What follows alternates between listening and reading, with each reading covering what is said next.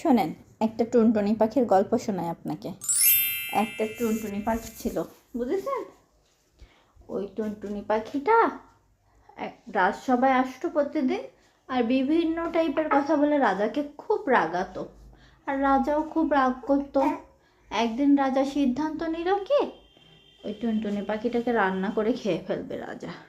তখন রাজা কি করলো, ওই টুনটুনি পাখিটাকে রাজ্যের রান্নাঘরে পাঠিয়ে দিল, আর রানীদেরকে নির্দেশ দিল যে তোমরা টুনটুনি পাখিটাকে রান্না করে আমাকে দিবা। কিন্তু কি হলো, টুনটুনি পাখিটা খুবই চালাক, বুঝলেন? হ্যাঁ, আপনার মতো দুষ্ট।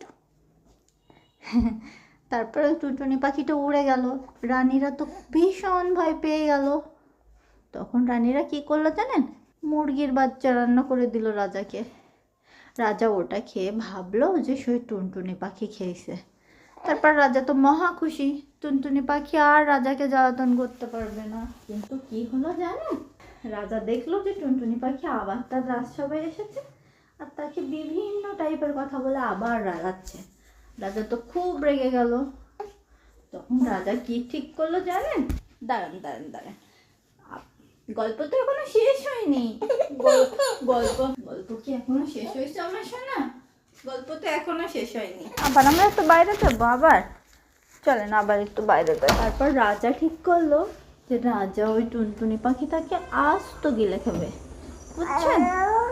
আর যদি কোনোভাবে টুনটুনি পাখি বের হয়ে পালায়, তাইলে একটা জল্লাদ রাখলো রাজার সামনে, যে জল্লাদ যেন টুনটুনি পাখিটাকে তৎক্ষণাৎ হত্যা করে।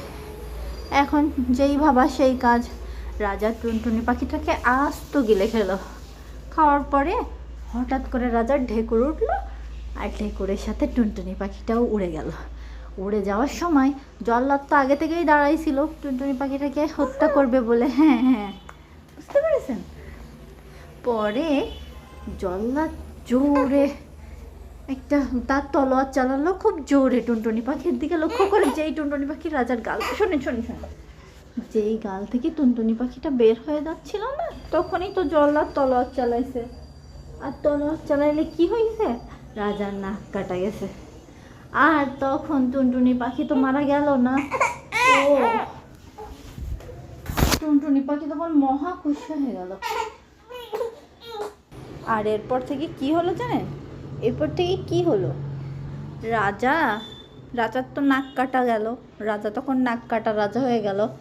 আর টুনটুনি পাখি সব সময় রাজাকে খেপাতো, নাক কাটা রাজা, নাক কাটা রাজা এমন বলে বলে। বুঝতে পেরেছেন? বুঝতে পারলেন আপনি? তাহলে আর কান্না করবেন না তো?